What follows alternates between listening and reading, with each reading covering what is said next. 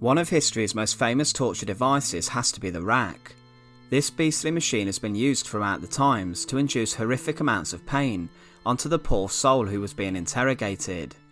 In this video we'll talk about its history and what a brutal ordeal on the rack would have been like. Remember to support our channel, please make sure to subscribe.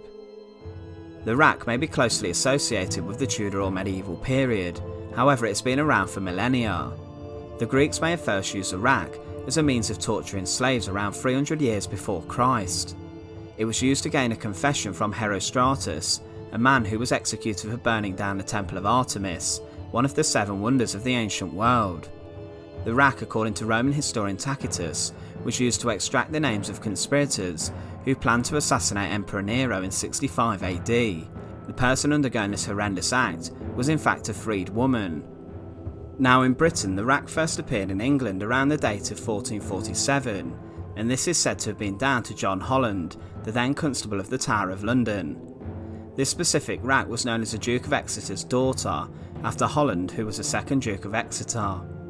Today it's most commonly linked to England in the medieval period due to its barbaric use as a method of interrogation and torture.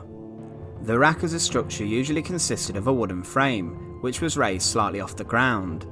At each end would be a roller, and the victim's ankles and wrists would be tied or chained to it. As the interrogation of the accused would begin, a handle connected to a ratchet at the top roller would have been turned. This very slowly and gradually would retract the chains and slowly would increase the strain on the accused's shoulders, knees, elbows and hips, causing immense and excruciating pain. By using the pulleys and the levers, the roller would be constantly rotated, adding even more strain on the ropes, until the victim's joints would dislocate or separate out of their sockets, which was so painful it could even lead to death. Sometimes the muscle fibres would be stretched that much that the limbs would become unstable and completely limp. Usually the victims, however, would be left with separated shoulders and hips, with their elbows, knees and wrists and ankles being dislocated. Another gruesome element was the fact that sometimes the limbs, if they were stretched too far, could result in awful popping noises which could be heard due to the snapping of cartilage, ligaments and even bones.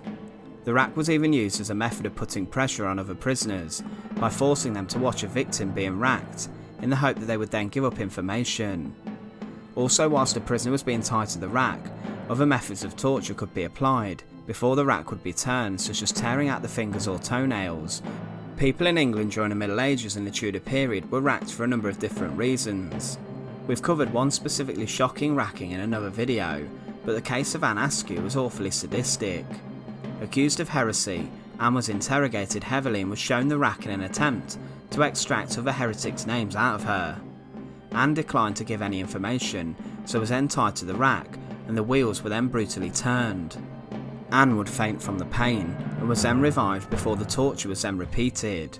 In fact, the Constable of the Tower even refused to carry on torturing her, and left the tower to meet with King Edward VI to discuss a pardon from the ordeal. The handles on the rack were then turned so hard that Anne's shoulders and hips came out of their sockets, and her elbows and knees dislocated, yet she still refused to give names. She was left so brutalised by the events of her torture that when she was executed she had to be carried to the stake she would be burnt at on a chair. Another case is the torture of Catholic martyr and saint Nicholas Owen, who even died under torture at the Tower of London whilst being subjected to the rack. It's also thought that Guy Fawkes, the infamous plotter to blow up Parliament, was put on the rack as a way of extracting information about co-conspirators.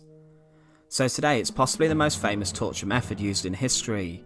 However, it must have been extremely excruciating for those who had to undergo the rack.